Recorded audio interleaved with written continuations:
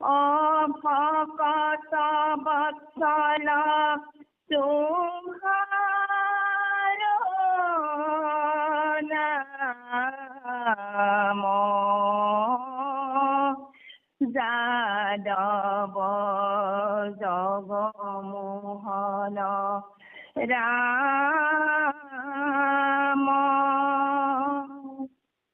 ও ভকত বৎসল তোমার নাম। হরত কালে সন্ধ্যাওলি রাতি দিব্য রাখ ক্রিয়া করিলায়াতি পঞ্চম রাগে গাইলা গীত হরি শুনি মোহ ভৈল গোপ সুন্দৰী। ঘৰ বাৰী এৰি লৱৰৈ ভোলে তন হল ফল কুণ্ডল দোলে। বাইলাহা বাংশী পক্ষী বৃন্দাবনে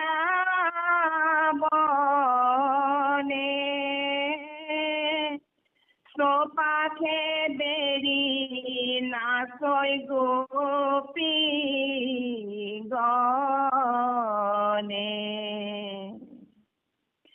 জয় কৃষ্ণ বুলি বাৱৈ চাপৰি গোপীৰ মধ্যে প্ৰকাশন্ত হৰি। যেহেন সুবৰ্ণ মণিমাজত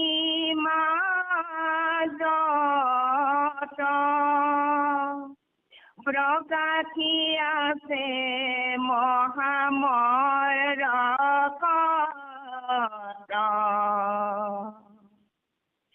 দুহু গোপী মাজে কগোপাল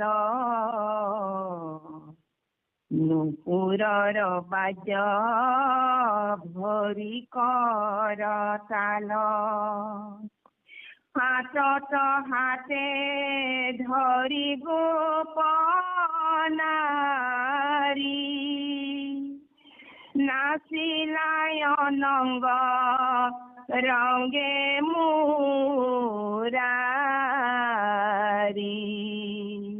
কৃষ্ণ কৃষ্ণ মাতৃ কৃষ্ণৰ লীলাভূমি আপোনালোকে বা প্ৰায়সমূহে জানে, তথাপিও আমি অকণমান আকৌ কৈছো যে শ্ৰীকৃষ্ণৰ ক্ৰীড়া কৰা তেওঁৰ কানন আপুনি মোটামুটি 12খন তেওঁ বনত তেওঁ হেৰি খেলা ধূলা কৰা উল্লেখ আছে।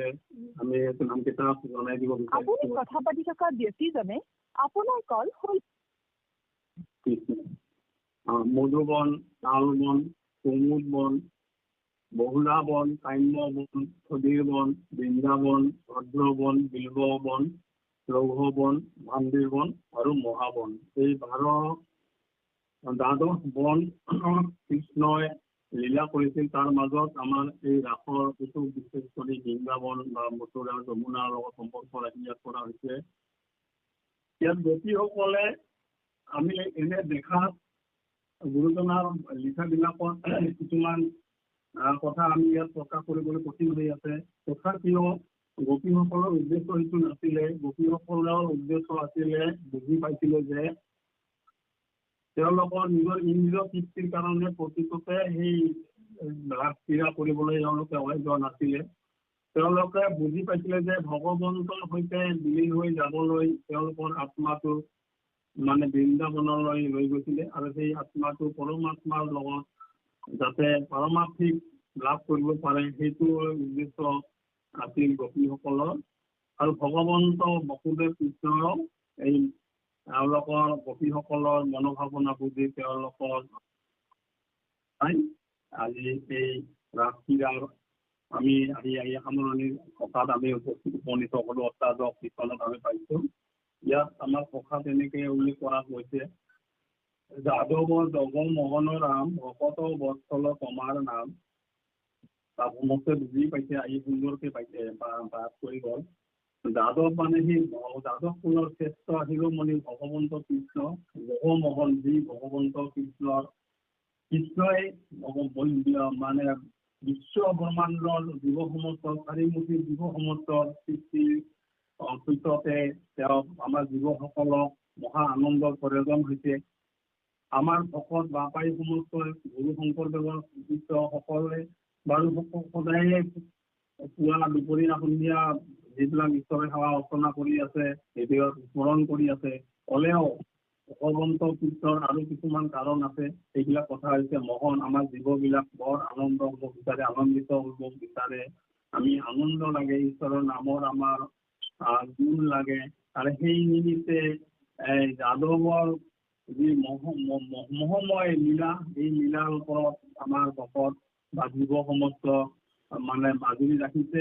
ভকত বৎসল তোমাৰ নাম। আৰু সেই ভগৱন্ত কৃষ্ণকে কৈছে ভকত বৎসল, যি ভকত সমস্তৰ কৰোণাময় দয়া সাগৰ, কৃপা সাগৰ, আনন্দময়, এইবিলাক ভগৱন্তৰ শৰীৰত বিৰাজমান। আৰু এই কথাখিনি আমাৰ ভকা যোগে আমাৰ বুজাব বিচাৰিছে। এই ভকা তলত কি লেখা আছে আমি এইখিনি অকণমান চাব বিচাৰিম। কৈছে পদত কৈছে, শৰত কালে চন্দ্ৰাৱলী ৰাতি দিব্য ৰাস ক্ৰীড়া কৰিলা হাতী।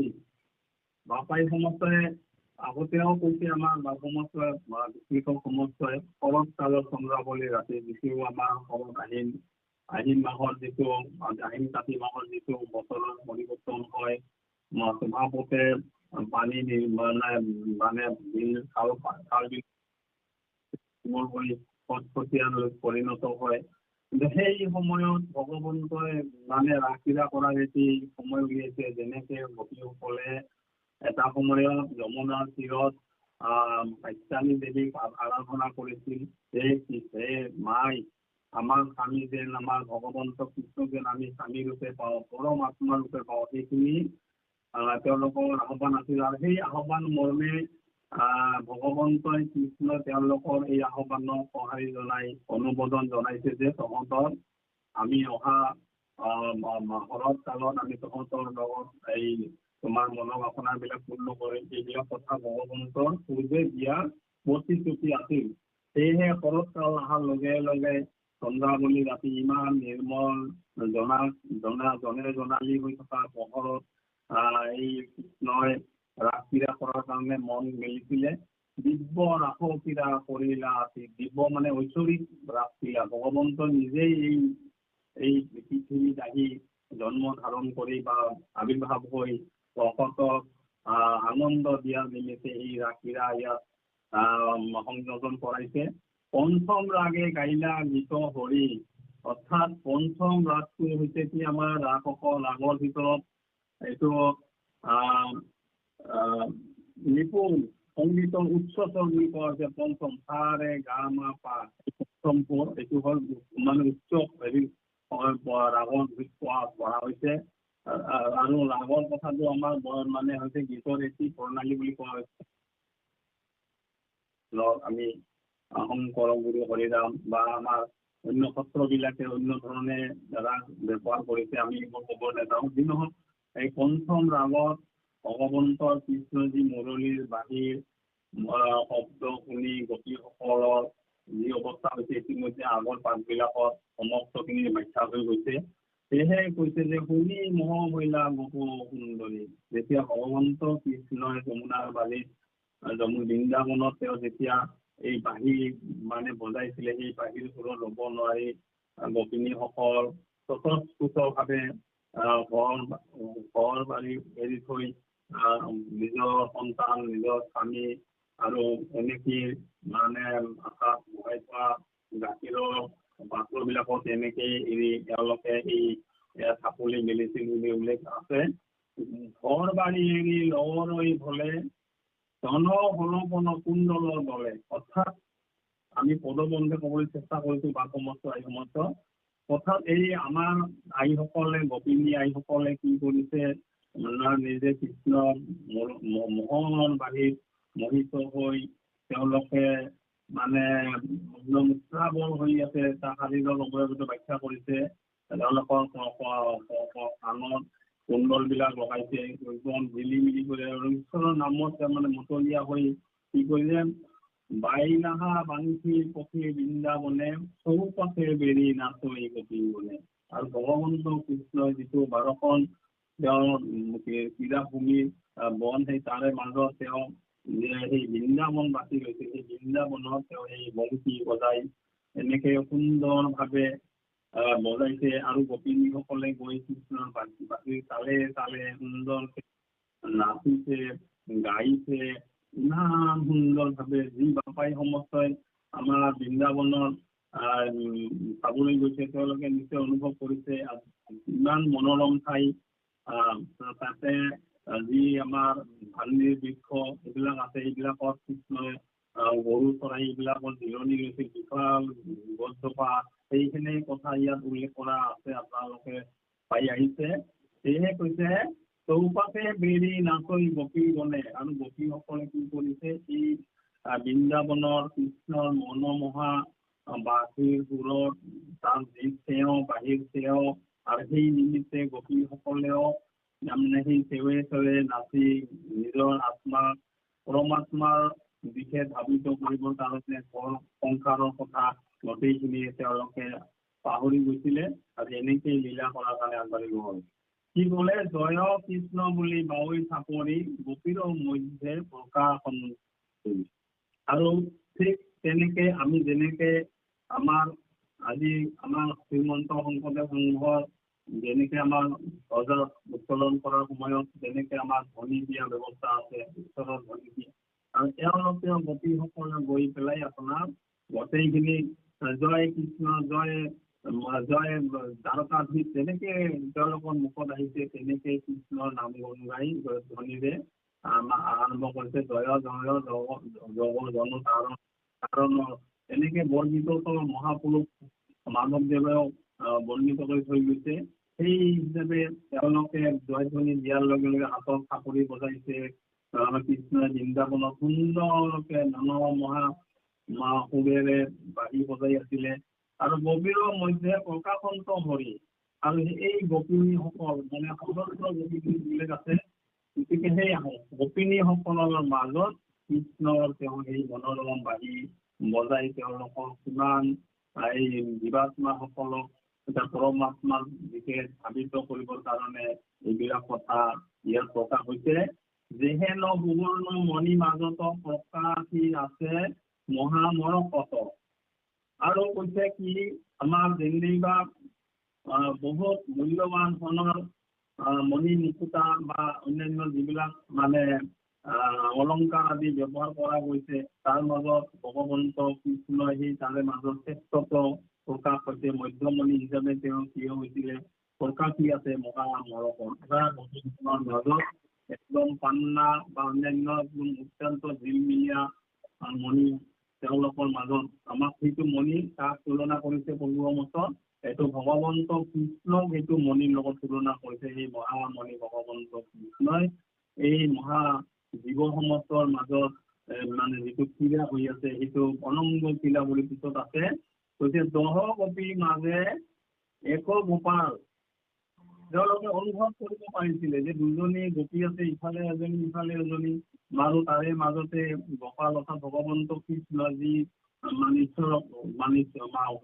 ৰক্ষা কৰতা সেই গোপাল আছে বুলি কৈছে গৰু চৰাই ফুৰা সেইজনক গোপাল কিয় কোৱা হৈছে গতিকে সেই দুজনী গোপীৰ মাজত সৰু ভগৱন্তই জিলিকি থকাৰ দৰে ইমান হাজাৰ হাজাৰ আৰু মানে গোপিনী আছে সেই গোপিনীসকলৰ মাজত সকলোৱে অনুভৱ কৰিছে ইজনীয়ে সিজনীৰ লগত অনুভৱ কৰিছে আমাৰে মাজতে কৃষ্ণ আছে ইজনীও ভাবিছে আমাৰে মাজতে কৃষ্ণ আছে সেইটো হ'ল ভগৱন্তৰ লীলা গতিকে বাদ্য ভৰি কৰতাল আৰু ভগৱন্ত কৃষ্ণ যিটো শৰীৰত বা তেওঁ ভৰিত যিটো নুপুৰ বান্ধি থোৱা আছিলে আৰু সেইবোৰৰ তালে তালে এওঁলোকে আকৌ হাতেৰে চাপৰি মাৰিছে আকৌ সৰু সৰু সুবিধা বা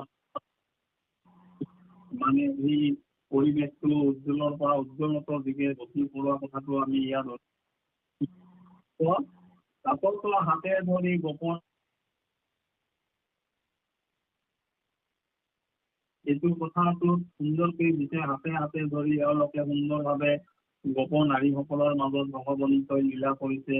কিন্তু ইয়াত এটা শব্দ দিছে অনংগ ৰংগে মুৰাৰী, কোনো গোপীৰ শৰীৰত স্পৰ্শ নাই কৰা বুলি ইয়াত যোগেদি কোৱা হৈছে। মুৰাৰীয়ে যি মূৰদৈত্য বধ কৰাৰ ফলত এই মুৰাৰী নাম পাইছিলে, গতিকে এই মুৰাৰী ভগৱন্ত কৃষ্ণই এই পৰস্ত্ৰী বা গোপীসকলৰ লগত কোনো অংগ স্পৰ্শ নকৰাকে তেওঁলোকৰ আত্মা আৰু পৰমাত্মাৰ যিটো মিলনৰ দিকে যোৱা কথাটো এই আমাৰ ভাষাৰ যোগে আমি এইখিনি বুজিবলৈ পালো। কৃষ্ণ ভাতৃ সমান যাবচোন।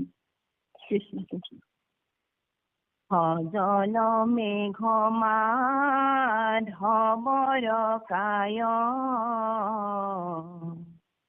গোপীগণ ভৈল বিজুলি প্ৰায় অলংকাৰে কৰৈ মধুৰ ভূষ শুনিয়া মনত মিলয় সন্তোষ গোপীৰ গলে ধৰি বাহু মেলি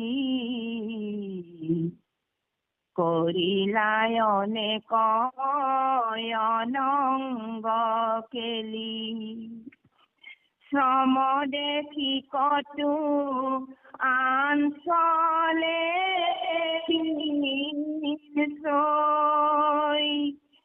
যমুনা জলে নামি জল হীন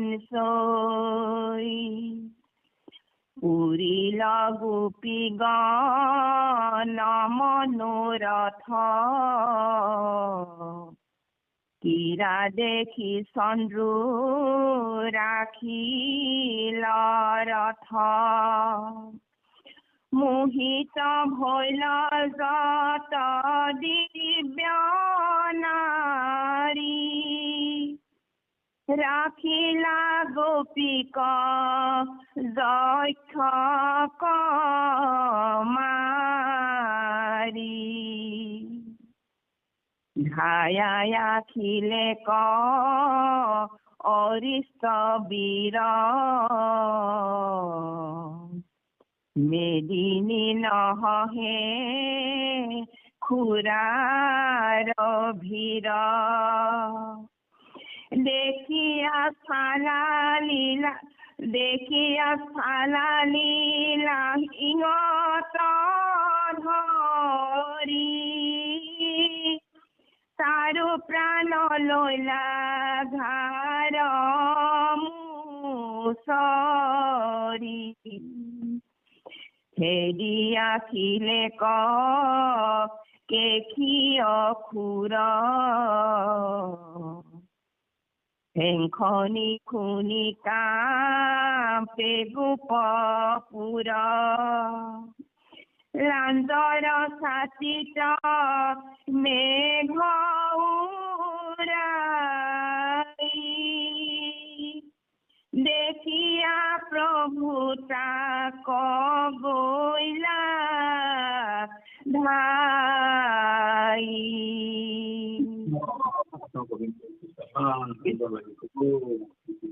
ইয়াত কি কলে সুন্দৰ বৰ্ণনা দিছে সজল মেঘ মাধৱৰ কাই গোপী গুণ ভৈল বিজুলি প্ৰায়। তাৰপৰা সমস্ত এইখন ৰাজ্যলৈ সোমাই আহকচোন, ইমান ভাল লাগিব। সজল মেঘ মাধৱৰ কাই আমাৰ যেনিবা যাৰ ডাঙৰকে বৰষুণ আহিব, ইয়াত পূৰ্ব আভাসৰ কথা ইয়াত কোৱা হৈছে। ইফালে প্ৰতিদিনে ইমান মেঘ এচুকা পলাই আহিছে, একদম জলমল যেনিবা পানী চকচকীয়া হৈ আছে, ভৰি আছে, সজল মেঘৰ পানী ভৰ্তি হৈ আছে। আৰু এইটো হ'ল মাধৱৰ বৰ্ণনা, ভগৱন্ত কৃষ্ণ শৰীৰৰ অৱয়ব আৰু গোপীগণ ভৈল বিজুলী পায়। আৰু সেই গোপীসকলৰ ইয়াৰ মাজতে যেনেকে সেই বা মেঘত বিজুলী চিকমিকাই থাকে, সেই তেনেকুৱা ধৰণৰ চাওকচোন আত্মা আৰু পৰমাত্মাৰ মিলনবিলাক কেনেকুৱাভাৱে ভগৱন্তই আমাক এই মহান দাসৰ যোগেদি আমাক বুজাব বিচাৰিছে। আমি এইখিনি ভিতৰত নোসোমালে এইখিনি আচলতে হৃদয়ংগম হ'বলৈ কঠিন হয়। আমি ভাবিছো বাপাই সমস্যা ইয়াৰ নজৰসময় আহকচোন। আৰু কি কৈছে, অলংকাৰে কলৈ মধুৰ হস, শুনিয়া মনত মিলৈ সন্তোষ।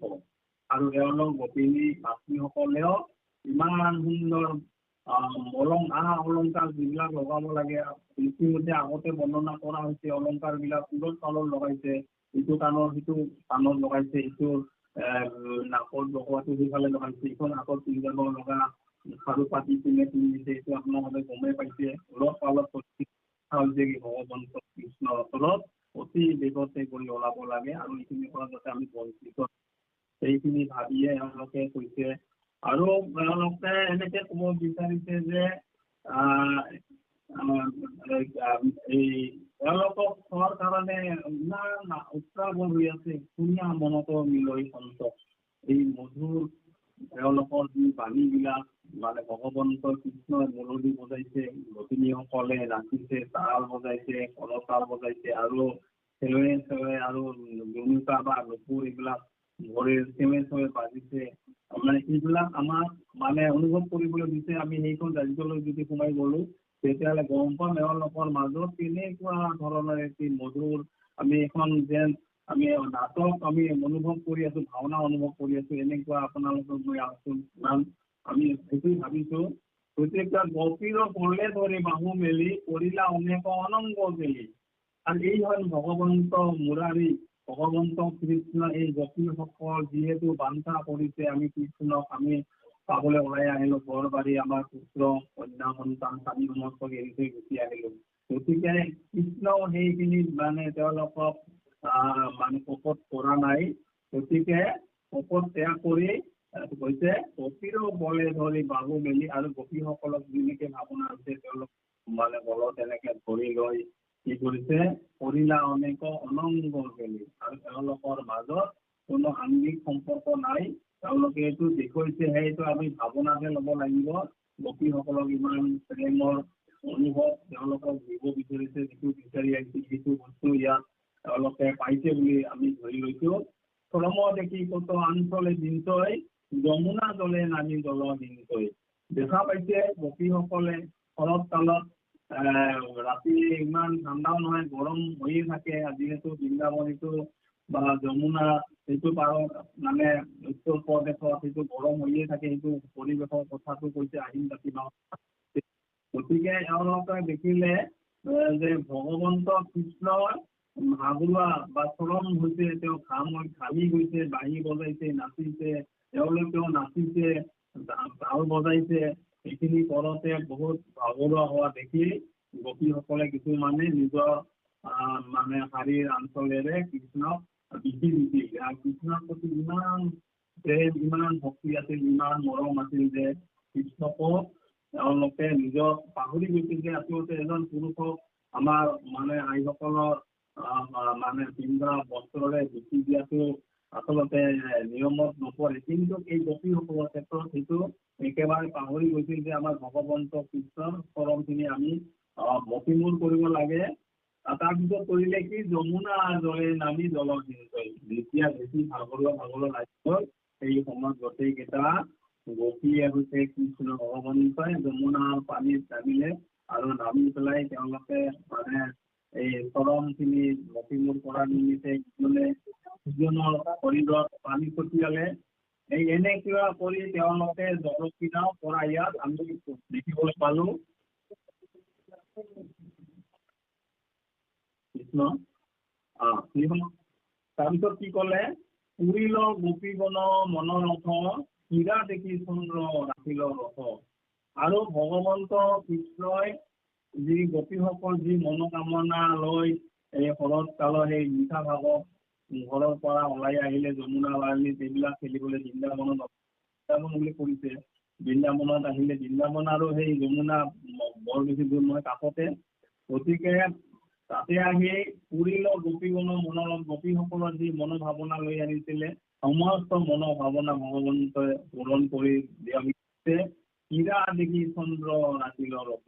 চন্দ্ৰ দেৱতাও মানে আকাশী পথেৰে গৈ থাকোঁতে দেখিলে যে ভগৱন্ত কৃষ্ণ আৰু গোপীসকলৰ মাজত যি ৰাসলীলা চলিছে, এতিয়া বৃন্দাবনত তেওঁলোকে নাচিছে, গাইছে, বজাইছে।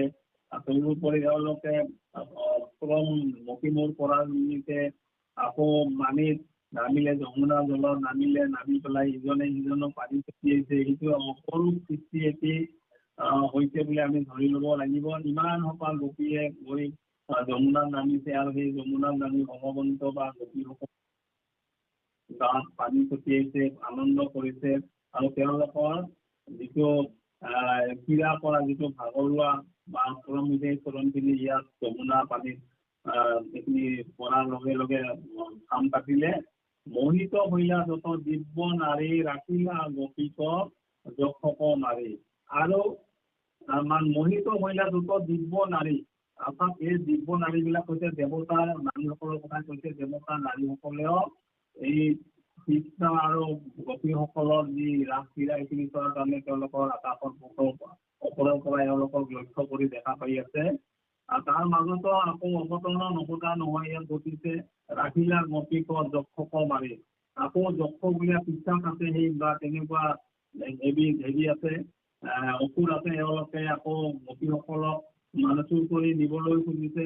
আৰু সেনেকে কৰিব খোজাতে সেই যক্ষক ভগৱন্ত কৃষ্ণই নিজে বধ কৰি আৰু গোপীসকলক উদ্ধাৰ কৰা কথাটো আমাক এই ভাষাৰ যোগে ইয়াত আমাক জনালে গুৰুজনাই যে ধায়া আছিলে অৰিষ্ট বীৰ মেদিনী নহহে পুৰাৰ বীৰ। অৰ্থাৎ অৰিষ্ট নামৰ এটি মহান শক্তিশালী অসুৰ আছিল। সেই অসুৰটোও ধায়া মানে দৌৰি আহিছিল, মানে খেদি আহিছিল। ধায়া মানে খেদি অহা বুলি কৈছে। তেওঁলোকক এই ৰাতি বাৰু তেওঁলোকৰ ফুৰি থকা জাগাত তেওঁলোকে আহি যেতিয়া খেল ধেমালি কৰিছে, তেওঁলোকে খেদি অহাৰ কথাটো হয়েই বাৰু। গতিকে তেনেকে সেই অৰিষ্ট নামৰ সেই অসুৰক তাৰমানে তেওঁলোকক খেদি আহিছে। আৰু কি কৰিছে, খেদি অহাৰ সময়ত মেদিনী নহহে ফুৰাৰ বীৰত, এইটো যিটো জন্তু অসুৰ জন্তু, তেওঁ ফুৰাৰ ইমান মানে হেৰি জপনি মানে পৃথিৱী মেদিনী মানে পৃথিৱী নহহে ফুৰাৰ বীৰ, মানে পৃথিৱী সহ্য কৰিব মানে দণ্ডক হৈ তেওঁলোকে এই অসুৰটো ওলাই আহিছে। অৰিষ্ট নামৰ এই অসুৰটোৱে দেখি আস্ফা লীলা সিংহত ধৰি। আৰু এই যিহেতু গোপীসকলক খেদি আহিছিল এই অসুৰটোৱে, আৰু ভগৱন্ত কৃষ্ণৰ লীলা শেষ নাই। আৰু তেওঁ অতি তীক্ষ্ণ শক্তিৰে মানে আঘাত কৰিলে আৰু সিংহত ধৰি তেওঁক হেৰি কৰি মানে ওফৰাই দিলে। তাৰো প্ৰাণ লৈলা ধাৰ মুচৰি। আৰু লগে লগে সেইটো সিংহত ধৰি লৈ তেওঁক মানে মুচৰি লৈ এই অৰিষ্ট যিটো অসুৰ আছিল, অসুৰটোকো ভগৱন্ত কৃষ্ণ বনমালীয়ে বধ কৰা বুলি আমাৰ এই ভাষাত আমাক উল্লেখ কৰি দেখুৱাইছে বাপাই সমস্তৰ। তাৰপিছত আহিল খেদি আছিলেকো কেঁচি অসুৰ। দেখিলে এওঁলোকৰ শান্তি তাতো নাছিলে, মানে সেই সময়ত অসুৰৰ অত্যাচাৰ আছিল সেই জংঘল বিলাকত বৃন্দাবনৰ। তাতে সেই সময়তো কেঁচি নামৰ যিটো অসুৰ দৈত্য আহিল, সেই দৈত্যটোকো কি কৰিলে, হেখনি শুনি কামপে গোপপুৰ। আৰু তেওঁৰ যিটো চিঞৰ মাৰিছে, যিটো বেবাইছে, যিটো হেৰি শব্দ কৰিছে সেই কেঁচি অসুৰৰ, মানে গোপপুৰত সেই শব্দটো গোটেইফালে বিয়পি গৈছিলে যে একদম কঁপনি উঠিছে। যেনেকে আমাৰ বাপ সমস্তৰ যি অঞ্চলত আছে, এটা ধৰক আমাৰ পাঁচঠেঙীয়া জন্তুটো য'ত আছে তাতে যিসকলে বসবাস কৰিছে তেওঁলোকে সেইটো গম পায়। ঠিক তেনেকুৱা ধৰণৰ এই কেঁচিয়ে মানে আগে পিছে সেই মানে বৃন্দাবনৰ কাষত এইবিলাক ঘূৰি ফুৰা আছিল, জংঘল আছিল। আৰু সেই ৰাতি বিশেষ কৰি ওলাই আহি এইটো ভয় দেখুৱাইছে আৰু এওঁৰ শব্দবিলাক বুজি পাইছে। আমি যেনেকে শিয়ালৰ হোৱা দিলে আমি শুনিবলৈ পাওঁ, পাহাৰৰ দাঁতি কাষৰীয়া ব্যক্তিসকলে হৰিণৰ শব্দ শুনিবলৈ পায়, বাঘৰ গজনি শুনিবলৈ পায়। ঠিক তেনেকৈ এই কেঁচি দৈত্য যেনেকে মানে শব্দ কৰিছিল বা বেবাইছিলে, আৰু গোপপুৰত এই শব্দখিনি বিয়পি যোৱা বুলি ইয়াত কৈছে। লাঞ্জৰ ছাতিত মেঘ উৰাই দেখিয়া প্ৰভু তাপ মহিলা ঠাই। আৰু এই মানে কেঁচি দৈত্যৰ বৰ্ণনাটো ইয়াত দিছে, ইমান শক্তিশালী, ইমান বিশাল এটি জীৱ। তাৰ মেজৰ যিটো বতাহতে মেঘবিলাকে যেনে ইফাল সিফাল পৰা দৌৰি যায়, এনেকুৱা শক্তিশালী এই মানে কৃষি দৈত্য অসুৰৰ কথা ইয়াত উল্লেখ কৰিছে আৰু সেই দেখিয়ে কি কৰিছে দেখিয়া পৰ্বতাপ কৰিলা ভাই যিহেতু এই কৃষি অসুৰে আমাৰ গোপীসকলক অনিষ্ট কৰাৰ কাৰণে আগবাঢ়ি আহিব আৰু সেইটো দেখা পাইয়ে ভগৱন্ত প্ৰভু জনাই এই কৃষি দৈত্যক মানে এফালে আগবাঢ়ি গৈ তাক বধ কৰাৰ কাৰণে আগবাঢ়িছে। এইখিনি কথা আমি ইয়াতে পালো। মাতৃ মানে আগবাঢ়িবচোন আৰু কৃষ্ণ কৃষ্ণ প্ৰভু কৃষ্ণ। তাছে চন্দ বেগে অসুৰ আখি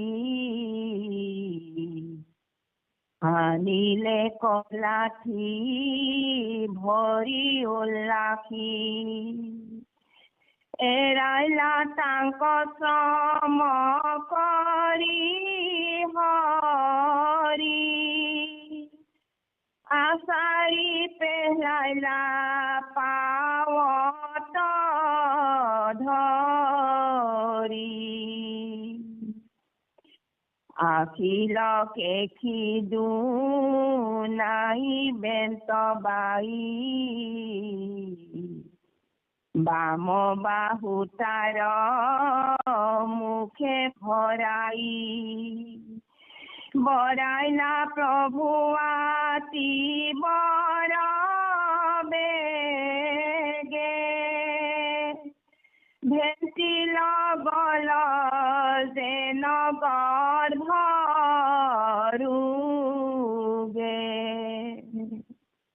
ভূমিত পৰিল চেতন হৰি চকু লুটায়া চৰৈ ভৰি মৰিল অসুৰ চাদিৰুধিৰ বাজ ভৈল বাহু ফাটি হৰিৰ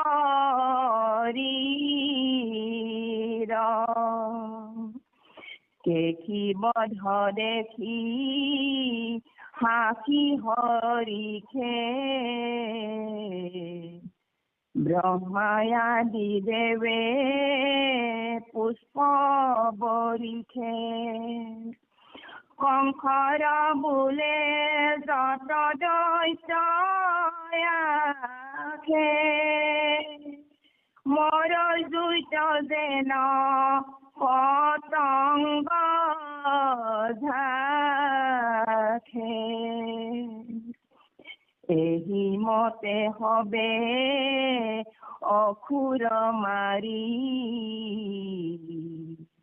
ঘূৰিলা বৃন্দাবনে গৰু চাৰি গধূলি পৰি ৰঞ্জয় মুখ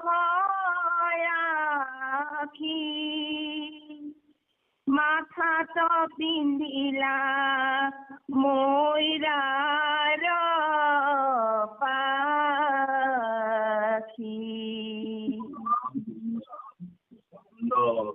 তাতে চন্দ বেগে অসুৰ আখি আনিলে লাঠি ভৰি উল্লাখি।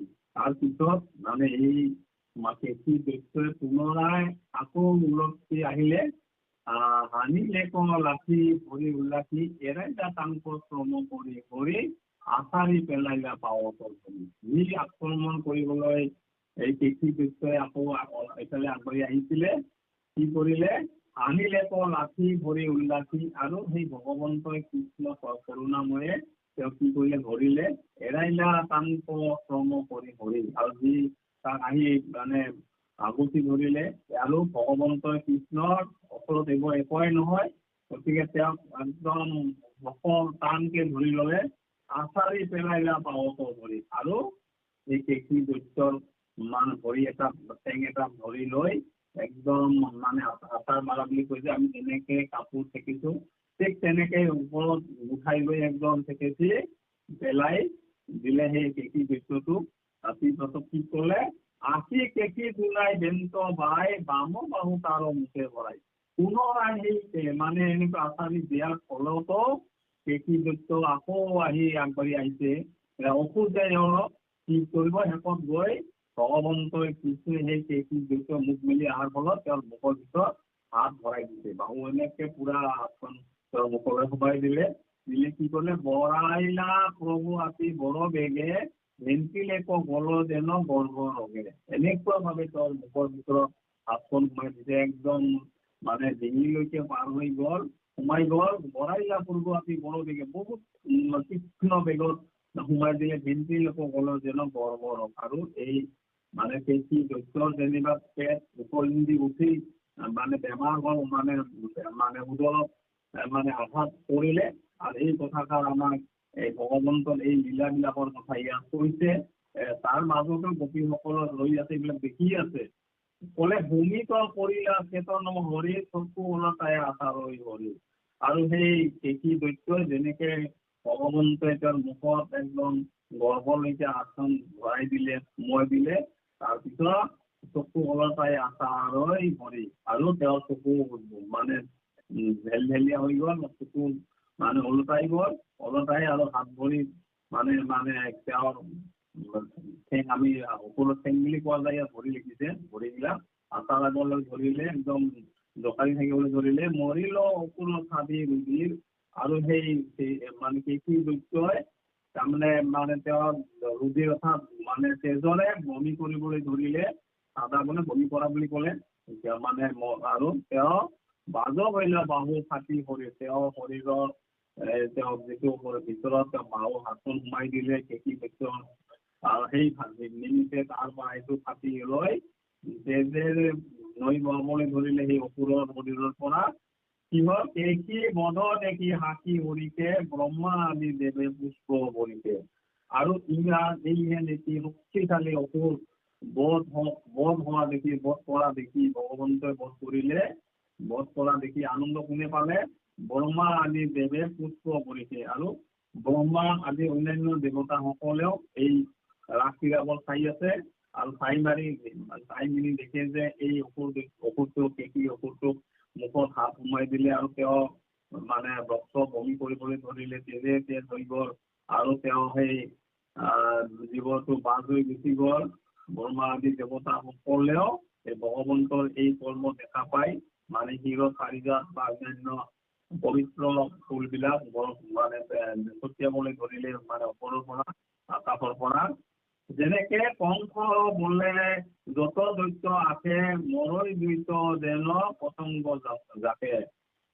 আমাৰ কীৰ্তনতো আগৰ কীৰ্তনো দিয়া আছে, আখিলা পুতনা এনেকে যেনেকে মোহিনী নাৰী দেখে, আমাৰ যেনেকে এইবোৰ কোৱা আছিল আমাৰ কীৰ্তনটোত আছিল যে আগতে, সেই মতে কৃষ্ণৰ মানে কংসৰ নিৰ্দেশ ক্ৰমে পুতনা দেৱী আহি কৃষ্ণক বধ কৰিবলৈ আহিলে। আৰু তেনেকুৱা আকৌ চক্ৰবাদ এনেকুৱা অসুৰবিলাকক বধ কৰিছে কৃষ্ণই সেই সময়ত। আগৰ কথা এইবিলাক আছে, শিশুলীলা তাত উল্লেখ কৰা আছে। কংসৰ পাঞ্চনি পাই যত দৈত্য আছে, তুমি অগণিত পুৰি মৰে যেন জাকে।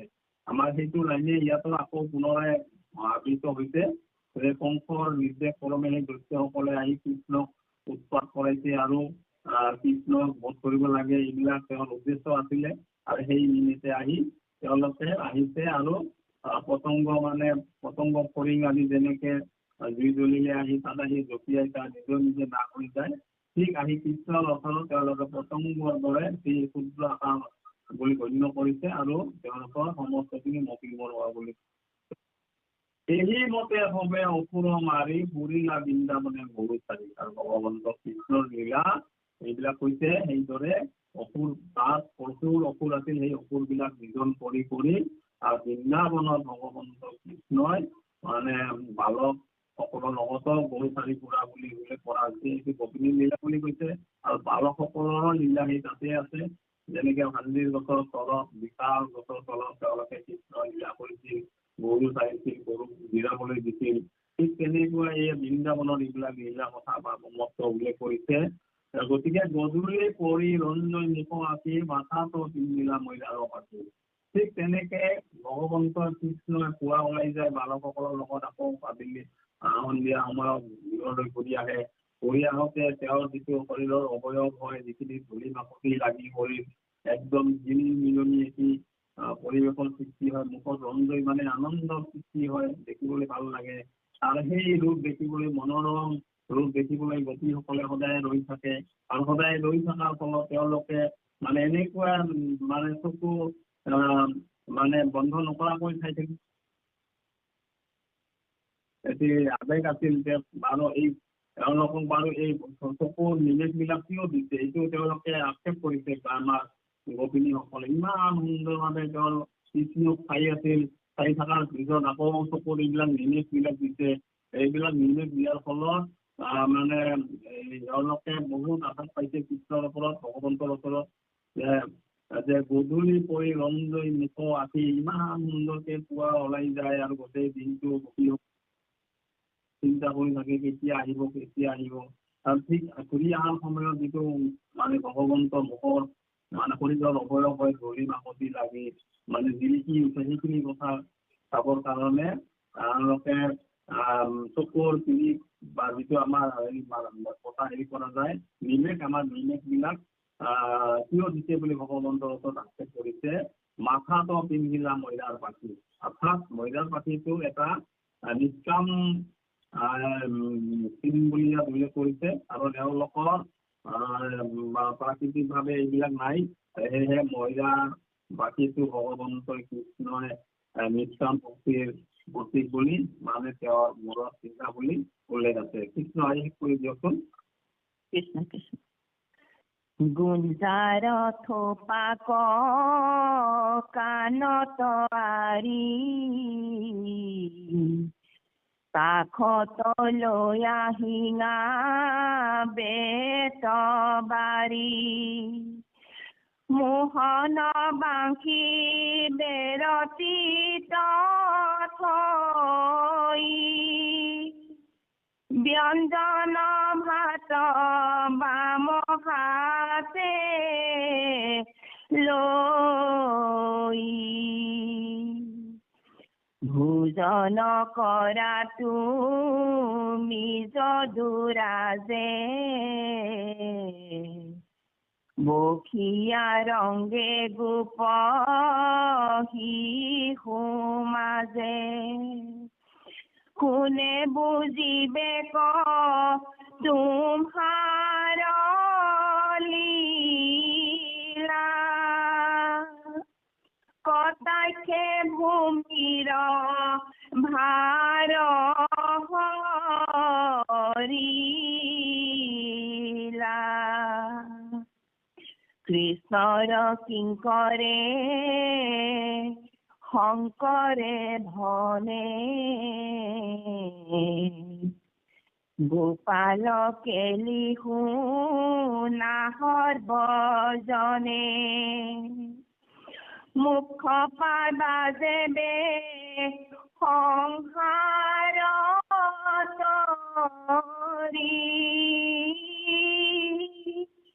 সঘনে ডাকি বোলা হৰি হৰি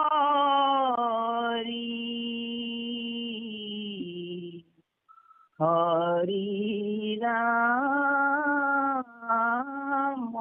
ৰাম ৰাম।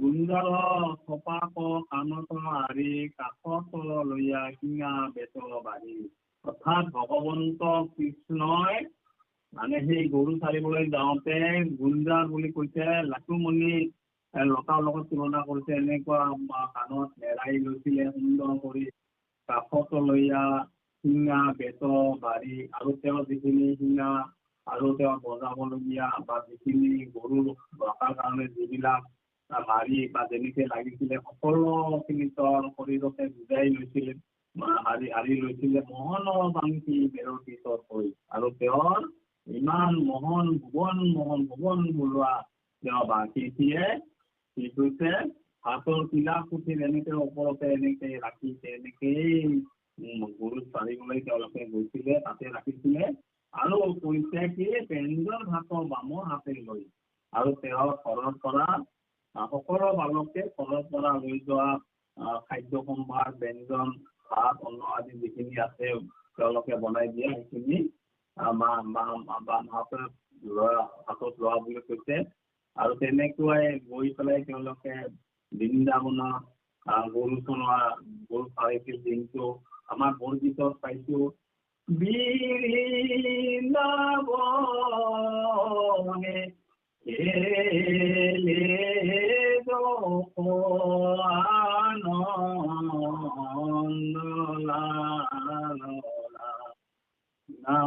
মনোৰম মানে এই বৰগীতটি উল্লেখ কৰিছে ভগৱন্তই বৃন্দাবনৰ গৰু কৃষ্ণ মানে বাঁহী বজাইছে গৰু খেলিছে ইষত ইষত হাঁহিছে ৰতন মঞ্জুৰী মানে যিবিলাক তেওঁৰ শৰীৰত ব্যৱহাৰ কৰা যিবিলাক মানে অলংকাৰ বিলাক মানে খাপে খাপে লগোৱা বুলি উল্লেখ আছে সেইকাৰণে ভজন কৰা তুমি যদু ৰাজে বকীয়া ৰংগে গোপ শিশু মাজে আৰু তেওঁলোকে যিখিনি ভজন সম্ভাৰ লগত লৈ গৈছিল আৰু সকলোখিনি বালকৰ সকলৰ মাজত বহি কৃষ্ণ মাজত লৈছে আৰু তেওঁলোকে সকলো এই ব্যঞ্জন মানে খাদ্যখিনি তেওঁলোকে গ্ৰহণ কৰিছে আৰু এইটো ভজন লোকে কৈছে পংক্তি ভজন বুলি কৈছে বাপাই সমস্ত তেওঁলোকে শাৰী শাৰী কৰি বহি এই ভজন তেওঁলোকে গ্ৰহণ কৰিছে আৰু এই ভজনৰ বহুত গুৰুত্ব আছে সেইখিনিতে আমাৰো নামৰ শেষত আমাৰ ভকত বাপাই সমস্ত একেলগে বহি যিটো অন্ন ব্যঞ্জন মানে লোৱা হয় ঈশ্বৰৰ বস্তুখিনি লোৱা হয় সেইখিনিও অত্যন্ত পবিত্ৰ বুলি গ্ৰহণ কৰা হয় বুলি আমি ভাবিছোঁ সেইকাৰণে আমাৰ অন্ন বিচাৰ খাদ্য বিচাৰ এইবিলাক আমাৰ দৰকাৰ হৈছে আৰু দৰকাৰ হয়ও সেইকাৰণে আমি ইয়াত আমি অকণমান ক'বই লাগিব সেইকাৰণে আমাৰ ভকত সমস্তই কৰণৰ পিছত ভজন ভাগ আমি অতি সোনকালে লৈ আহিলে এই বস্তু খাদ্য বিচাৰটো সংস্কাৰ হয় আৰু খাদ্য বিচাৰটো সংস্কাৰ হৈ গ'লে ভগৱন্তৰ সেৱাৰ পাত্ৰ হোৱা বুলি আমি ধৰি ল'ব পাৰোঁ বাপাই সমস্ত কণে বুজিলে তোমাৰ লীলা প্ৰত্যক্ষে ভূমিৰ ভাৰ কৰিলা ভগৱন্ত কৃষ্ণৰ লীলাৰ কথা বুজিবলৈ ব্ৰহ্মা আজি সমস্ত সাধ্য নাই যদি কোনোবাই পৃথিৱীৰ ধূলি গন্তি কৰিব পাৰে যদি কোনোবাই পৃথিৱীৰ পানী কণিকা গন্তি কৰিব পাৰে তথাপি ভগৱন্ত কৃষ্ণৰ লীলা মানে গণনা কৰি কোনেও শেষ কৰিব নোৱাৰে আৰু সেয়েহে কৈছে প্ৰত্যক্ষে ভূমিৰ ভাৰ কৰিলা এই ভগৱন্ত মানে জীৱ কল্যাণৰ অৰ্থে সেইকাৰণে কৈছে মহাপুৰুষৰ বৰগীততো আছে নাহিকে জন্ম তথাপি জনম ধৰা কলিৰ জন্মে জীৱৰ জনমৰ দূৰ কৰা ভগৱন্তই সেইকাৰণে ভকত সমস্তক যেতিয়া মানে বিপদত পৰে যেতিয়া সংসাৰত দুৰাচাৰে ভৰ্তি হৈ যায় সেইখিনি মতিমূৰ কৰা আচলতে জন্ম নাই ভগৱন্ত আৱিৰ্ভাৱহে হয় আৰু আৱিৰ্ভাৱ হৈ এইখিনি মতিমূৰ কৰি মহাসাধু সমস্তক পৃথিৱীত সংস্থাপন কৰি তেওঁ পৰম ধামলৈ পুনৰ গুচি যায় এইখিনি আমি ৰাসৰ লীলা সম্পৰ্কে আমি এইখিনি আমি ইমানলৈকে পালো যে এই সংসাৰৰ ভৱ সংসাৰৰ পৰা আমাক পৰিত্ৰাণ পোৱা নিমিত্তে আমি সেইকাৰণে আমি সকলো এই কৃষ্ণৰ লীলা চৰিত্ৰৰ কথা আমি সদায় গাব লাগিব আমাৰ যিহেতু আমাৰ প্ৰত্যক্ষে কৃষ্ণৰ নাম লোৱাৰ লগে লগে আমাৰ মনৰ ভাৱনাগিলা আমাৰ পাপখিনি দূৰ হৈ আমি ভগৱন্তৰ চৰণৰ দাস সকলে আমাক হৰি কৰি দিছে সুবিধা কৰি দিছে আমাৰ পৰীক্ষিত ৰজাক সুন্দৰকে কৈছে যে পতংগ নিৰপতি দুইদণ্ডতে গতি পোৱা কথাটো কৈছে কাৰণ সেইকাৰণে পৰীক্ষিত ৰজাই আকৌ মন স্থিৰ কৰি পৰৱৰ্তী সময়খিনি কৃষ্ণ কথা ভাগৱত কথা সকমনিৰ পৰা ভালদৰে শুনিছিলে ঠিক আমিও আজি 1 ঘণ্টা বা 10 মিনিটৰ ভিতৰত আমাৰ এই অধ্যায় ভাগ আমাৰ ভাগত আদি পৰিছে আমাৰ অত্যন্ত মানে ভক্তি মাতৃ আমাৰ বৰুৱাই সুন্দৰকৈ আহিছে আমি এইখিনি সুন্দৰকৈ পালোঁ আমাৰ ৰাসলীলা আমাৰ ইয়াতে সামৰণি হৈছে গতিকে আমাৰ ৰাসলীলাৰ কথাখিনি আমি যদি ঘৰতে বিচাৰ কৰোঁ তেতিয়াহ'লে আত্মা পৰমাত্মাৰ বিলীন হোৱা কথাটো ইয়াত আছে ইয়াত কোনো আংগিক কোনো ক্ৰীড়া নাই শৃংগাৰ নাই ইয়াত শৃংগাৰ ৰসটো এইটো এইকাৰণে দেখুৱাইছে যে এই শৃংগাৰ ৰসটো দেখাৰ ফলত আমাৰ জীৱ সমস্ত ইয়াৰ পৰা যাতে আঁতৰি আহক বেয়া বস্তুত নাযাওক এইবিলাক কথা আমাক সমৰাই দিয়াৰ কাৰণে এই ৰাসক্ৰীড়া আমাক এইবিলাক বুজাই দিছে মানে আইসকলৰ শৰীৰৰ অৱয়ৱবিলাক দিছে এইবিলাক কথা আচলতে আমি বিস্তৃতভাৱে আমি ল'ব নালাগিব এইবিলাক সঁচা কথা দিছে আমি সেইটো আমি নিজে ইয়াৰ পৰা আঁতৰি আহি আমি ঈশ্বৰৰ ফালে যাতে ধাবিত হওঁ এইখিনি কথা আমাৰ মুখ্য আমাৰ পাছতহে কৈছে আমাৰ গুৰুজনে শেষত এটি উপদেশ দিছে কৃষ্ণৰ কিংকৰে শংকৰে ধনে আমাৰ ভগৱন্ত কৃষ্ণৰ কিংকৰ সেৱক গুৰু শংকৰদেৱে বনে, এইটো আমাৰ সহজ ভাষাত দিছে, এইটো নেপালী শব্দ হয়, বনে মানে কোৱা।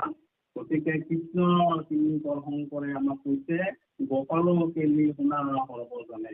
সেই বাপাৰী সমস্ত আপোনাৰ সময় দহবন কাটি কৰিছে, ৰাতিপুৱা ভাগত এই মানে 1 ঘণ্টা 10-20 মিনিট মান বহিছে এই গোপাল কেলি কথা শুনাৰ কাৰণে। এই গোপাল কেলি কথা শুনাৰ ফলত কি লাভ হৈছে, পাছৰ লাইনটোত কৈছে লক্ষ্য পাইবাৰ যেনে সংসাৰ কৰি। আমি এই সংসাৰৰ মায়াময় সংসাৰ, এই ভৱ সংসাৰত আহি আমাৰ যাতনাৰ শেষ নাই। কোনো একজন ব্যক্তি শান্তিতে নাই, ধনীয়ে হওক বা দুখীয়াই হওক বা যিয়ে নহওক, নিচলাই হওক, সকলোৰে দুখ আছেই। গতিকে আমি এইবোৰৰ পৰা পৰিত্ৰাণ পোৱাৰ নিমিত্তে কৈছে আমাৰ গোপাল কেলি শুনা সৰ্বজনে। আমাক সকলোকে শুনিব কৈছে, জাতিভেদ নাই, মোক্ষ পাইবা যেনে সংসাৰ কৰি। আমি এই সংসাৰৰ পৰা পৰিত্ৰাণ পাবৰ কাৰণে আমি সদায় অংশকাৰী থাকো, মানে ভৱ সংসাৰ যে নামৰ ভগৱন্তই পাৰ কৰাই দিয়ে, পাৰ কৰা ৰঘুনাথ সংসাৰ সাগৰে। আমাৰ সংসাৰ সাগৰৰ পৰা সেই ৰঘুনাথ তুমি পাৰ কৰি লৈ যাবা।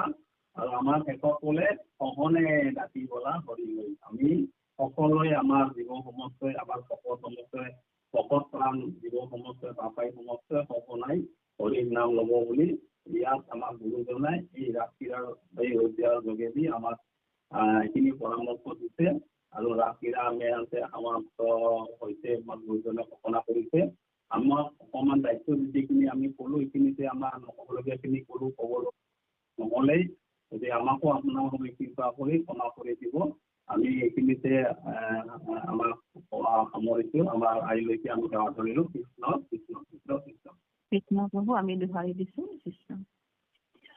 কৃষ্ণৰ কিংকৰে শংকৰে ভনে,